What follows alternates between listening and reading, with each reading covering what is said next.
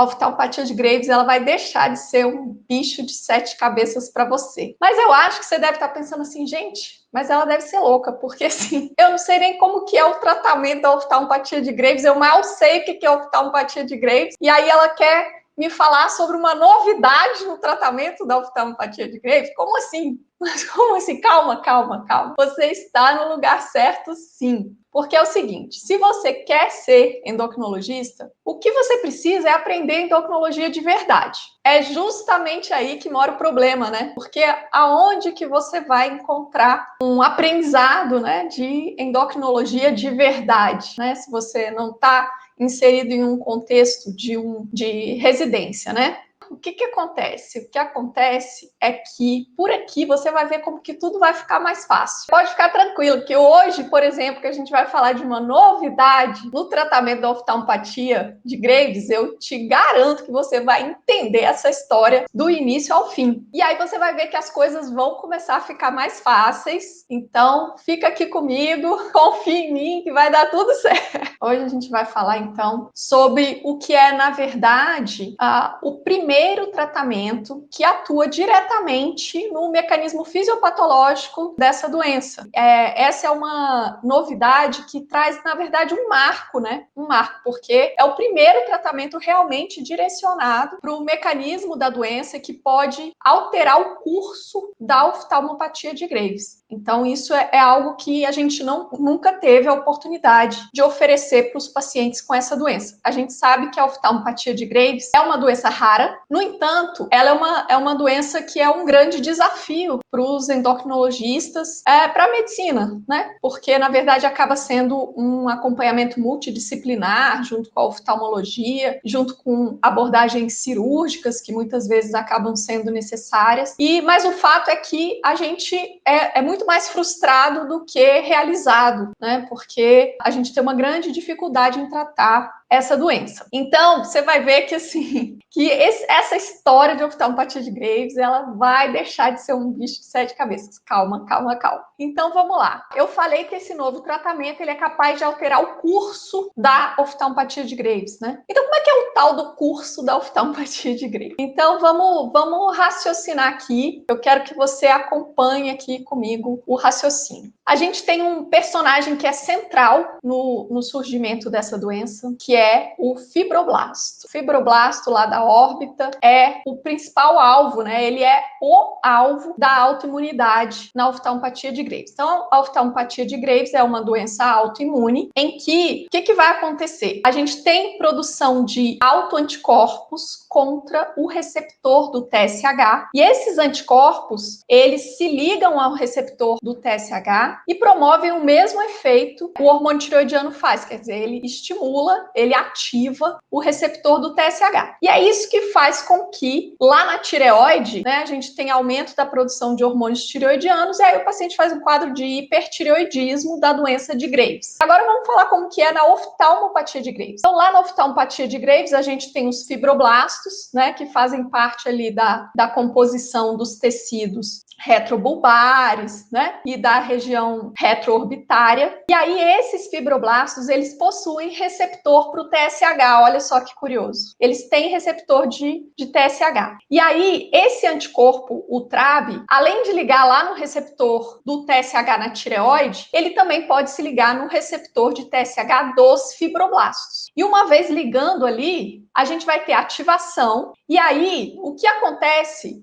dentro da célula é ativação via a sinalização de AMP cíclico, PI3 quinase, AKT. Isso daí leva a uma ativação de resposta inflamatória. Eu vou fazer um parêntese aqui, você presta atenção nisso e guarda isso no cantinho que depois a gente volta nisso. Quando a gente tem a ativação, né, desse receptor no fibroblasto, aí eu falei, via AMP cíclico, né, que é o segundo mensageiro que vai ser ativado ali dentro da célula, aí vai ter PI3 quinase, AKT, e aí com isso a gente tem também uma ativação secundária do receptor de IGF-1. Olha só, o TRAB, ele não liga no receptor de IGF-1, não. Ele liga no receptor do TSH. Mas quando ele liga no receptor do TSH, a ativação, a sinalização intracelular que acontece ali dentro, acaba ativando também o receptor de IGF-1. Esse mecanismo, a gente chama isso em inglês de crosstalk, né? É uma conversa cruzada entre receptores. E daí,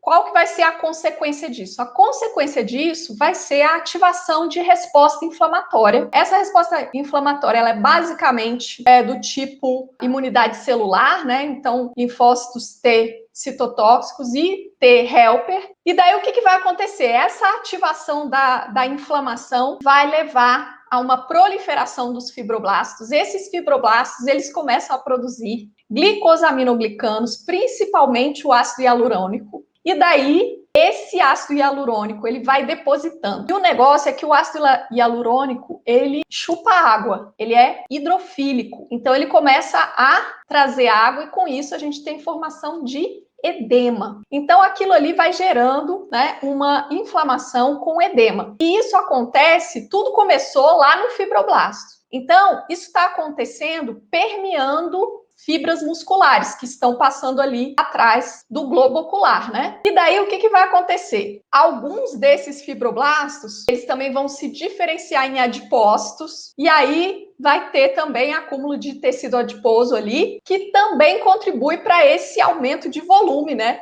As coisas incham ali dentro, e aí começa a não caber naquele espaço onde fica o globo ocular. Então, isso está fazendo sentido para você? Desde o começo ali, do micro até o macro. E aí, o que aconteceu no final das contas? Esses tecidos retrobulbares, né, que estão ali envolvendo o globo ocular e atrás do globo ocular, eles estão aumentados de volume. E isso daí, eles estão inchados, né? Isso daí vai fazer o quê? Vai comprometer o retorno venoso. E aí vai começar a acontecer o quê? Edema palpebral, edema da conjuntiva, que a gente chama isso de quemose. Além disso, esse aumento de pressão retrobulbar, ele vai levar a proptose, que é aquela exoftalmia, né? A protrusão do globo ocular para frente. E além disso, então tem retração palpebral, tem protrusão, né? E aí tudo isso vai deixar a córnea mais exposta. Então, exposição de córnea, aí vai gerar o quê? Ressecamento, lacrimejamento, dor, formigamento.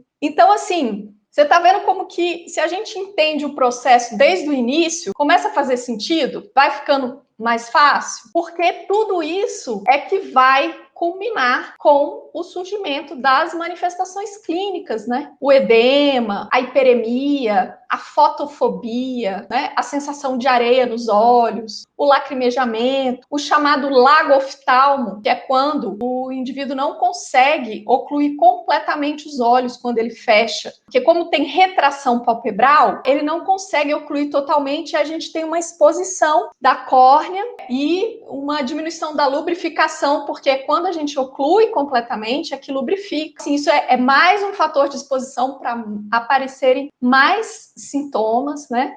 E esse daí vai configurar todo o quadro clínico de um paciente com oftalmopatia de Graves. Porque o problema é o seguinte, aí a gente já entendeu direitinho o mecanismo, e aí você já deve estar, né, com aquele cenário, né, na sua memória de como que é o aspecto, né, dos olhos do paciente com oftalmopatia de Graves. E aí é que vem a nossa grande frustração, porque daí a gente não tem um tratamento realmente efetivo para isso. Como que a gente faz? O que a gente faz, basicamente, se existe atividade inflamatória ativa, a gente usa tratamento com pulsoterapia com glicocorticoide. Essa inflamação já foi substituída por fibrose, a gente já não tem mais tanta inflamação ativa. Muitas vezes a gente fica sem... muitas vezes não, a gente fica sem alternativa de tratamento. E aí a única coisa que a gente tem para oferecer é alguma intervenção cirúrgica, né, que eventualmente possa corrigir essas alterações, mas assim, de uma forma bastante frustrante, né, porque a gente não realmente tem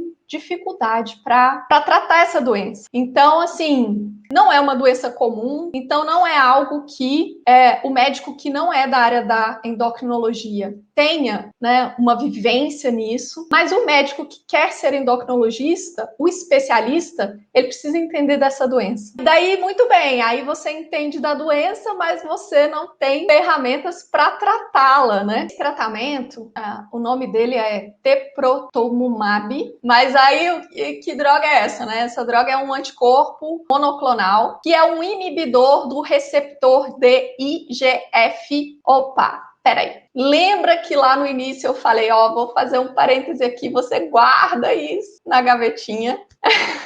Espero que todo mundo tenha anotado. Porque é o seguinte, eu tinha falado, quando eu estava explicando o início do mecanismo, né? Eu falei que o fibroblasto é a célula alvo da imunogenicidade. E aí eu falei que lá no fibroblasto a gente tem receptor para o TSH e que o TRAb, que é o anticorpo produzido no contexto da autoimunidade, da doença de Graves, que o TRAb é um anticorpo capaz de ligar e ativar o receptor do TSH lá no fibroblasto. E daí eu também falei que quando ocorre essa ativação, a sinalização intracelular que ocorre é através da via da PI3 quinase, né, com ativação da proteína AKT. Com essa ativação, existe uma consequente ativação do receptor de IGF-1, no que a gente denomina de crosstalk. É uma interação entre dois receptores. Então, o receptor de IGF-1, ele não é ativado diretamente pelo TRAb. A ativação do receptor do TSH pelo TRAb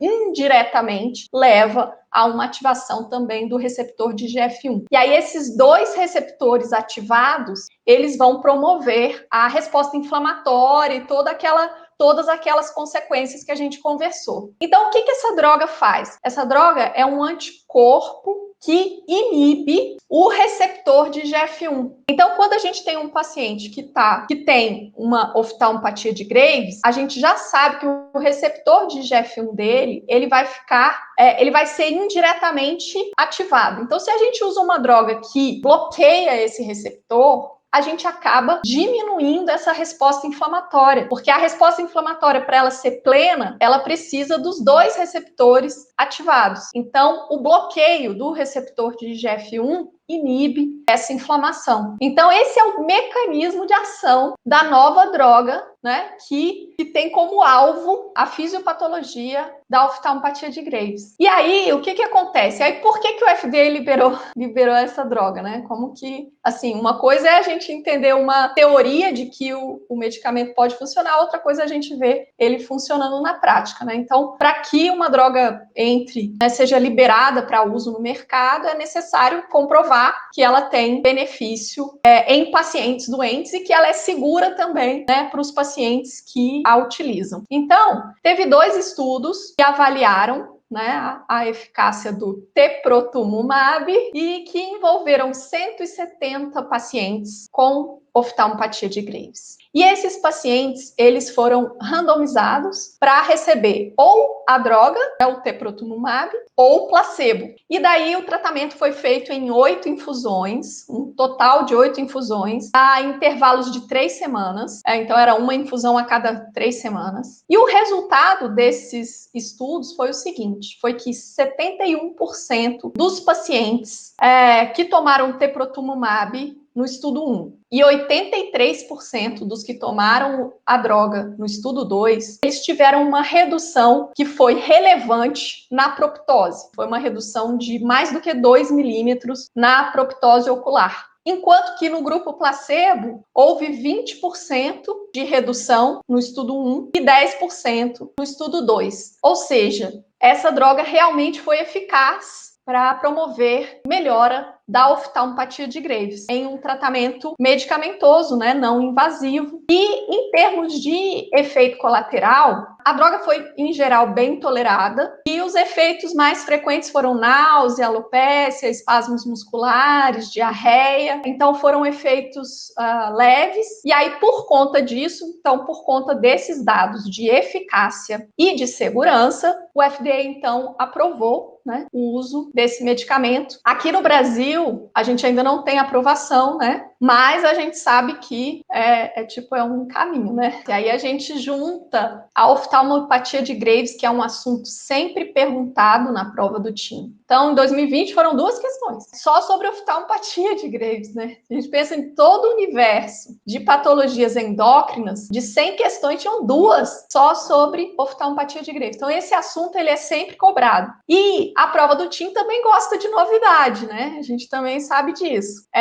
Então, como essa é uma novidade que, inclusive, né, aparece como um marco, existem outros anticorpos monoclonais sendo estudados, sendo testados. Inclusive, esse conhecimento sobre o crosstalk entre o receptor de TSH e o receptor de IGF-1 nesse contexto da oftalmopatia de Graves é um conhecimento novo e esse é um tema ainda muito estudado, ainda tem muita coisa para a gente aprender sobre isso. Então, existem outros, né, anticorpos também sendo testados e estudados com esse objetivo de trazer, né, uma alternativa para o tratamento da oftalmopatia de Graves. Então, ou seja, junta um assunto que é sempre perguntado na prova, que é a oftalmopatia. Uma novidade, né? E um marco, e que traz um marco aí de uma possibilidade de uma nova era, né? Para que a gente possa tratar com mais eficiência, ter melhores resultados no tratamento da oftalmopatia. Então, realmente é hot top para a prova do TIM. Realmente tem chance de ser cobrado lá sim. Se você tiver que apostar num tema, pode apostar nesse daí. Se você quer ser endocrinologista, você precisa aprender endocrinologia de verdade. Eu falei no início que te mostrar que a oftalmopatia de Graves podia deixar de ser um bicho de 7 cabeças.